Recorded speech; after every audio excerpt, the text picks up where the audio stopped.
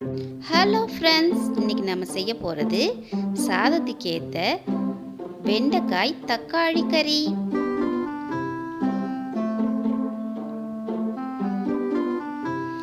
Welcome back to our channel without boring சமையல். ஒரு பாத்திரத்தை அடுப்பில் வச்சு அதில் 2 டேபிள் ஸ்பூன் ஆயில் சேர்த்துக்கலாம். ஆயில் சூடான பின்னால் நான் 1/4 கிலோ வெண்டைக்காய் எடுத்து க்ளீன் பண்ணி இந்த மாதிரி கட் பண்ணி வச்சுருக்கேன். அதை சேர்த்து நல்லா வதக்கி விடலாம். வெண்டைக்காயோட பிசுபிசுப்பு தன்மை போகிற அளவுக்கு நல்லா வதக்கிக்கோங்க.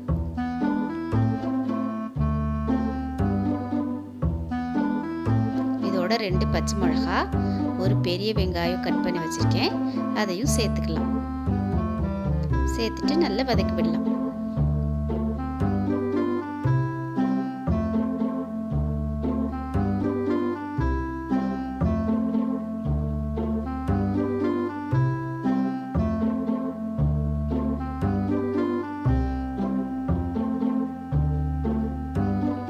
நல்லா வதங்கின பின்னால இஞ்சியும் பூண்டும் தட்டி வச்சிருக்கேன், அதையும் அதோட சேர்த்துக்கலாம்.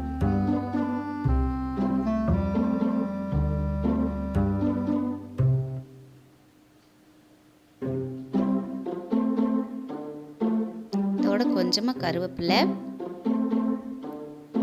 3 தக்காளி கட் பண்ணி வச்சிருக்கேன், அதையும் சேர்த்து நல்லா வதக்கி விட்டுக்கலாம். தேவையான அளவு உப்பு சேர்த்துக்கலாம்.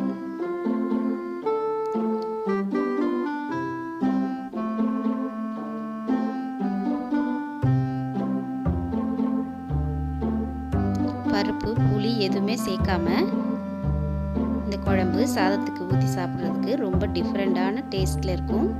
நீங்களும் ட்ரை பண்ணுங்கள் ஃப்ரெண்ட்ஸ். இப்போ இதில் 1 ஸ்பூன் மஞ்சள் தூள், 3 ஸ்பூன் மல்லித்தூள், 1/2 ஸ்பூன் மிளகாத்தூள் சேர்த்து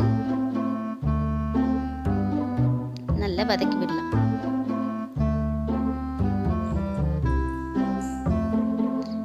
மசாலா எல்லாம் காய்கறியோட சேர்ற அளவுக்கு நல்லா வதக்கி விட்டுட்டு தேவையான அளவு தண்ணி சேர்த்து காயை வேக விடலாம்.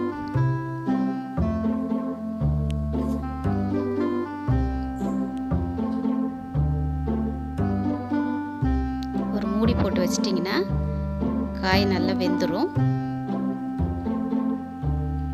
பாருங்க, இப்போ காய் நல்லா வெந்துருச்சு. இதில் 1/2 மூடி தேங்காய், 1 ஸ்பூன் ஜீரகம், 1 பச்சை மிளகா சேர்த்து அரைச்சி வச்சுருக்கேன், அந்த விழுதையும் அதோட சேர்த்துக்கலாம். சேர்த்துட்டு இந்த தேங்காயோட பச்சை வாசனை போகிற அளவுக்கு நல்லா கொதிக்க விடலாம். பாருங்க, நல்லா கொதிச்சு குழம்பு வத்தி வந்துருச்சு. இப்போ இதை தாளிச்சுக்கலாம். ஒரு பேனில் 2 டேபிள் ஸ்பூன் ஆயில் சேர்த்து அதில் 1 ஸ்பூன் கடுகு உளுந்தம் பருப்பு சேர்த்துருக்கேன்.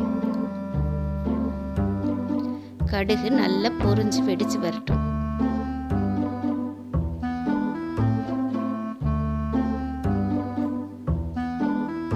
இப்போ இதில் கருவேப்பிலை சேர்த்து சின்ன வெங்காயத்தை கட் பண்ணி வச்சிருக்கேன், அதையும் சேர்த்து நல்லா வதக்கி விடலாம். இதோட 2 காஞ்ச மிளகா சேர்த்துக்கலாம். கொஞ்சமாக பெருங்காயத்தூள் சேர்த்து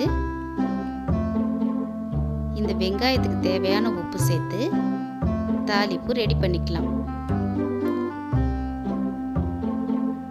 இந்த தாளிப்பை எடுத்து இந்த கொதிச்சிட்டு இருக்கிற குழம்போட சேர்த்து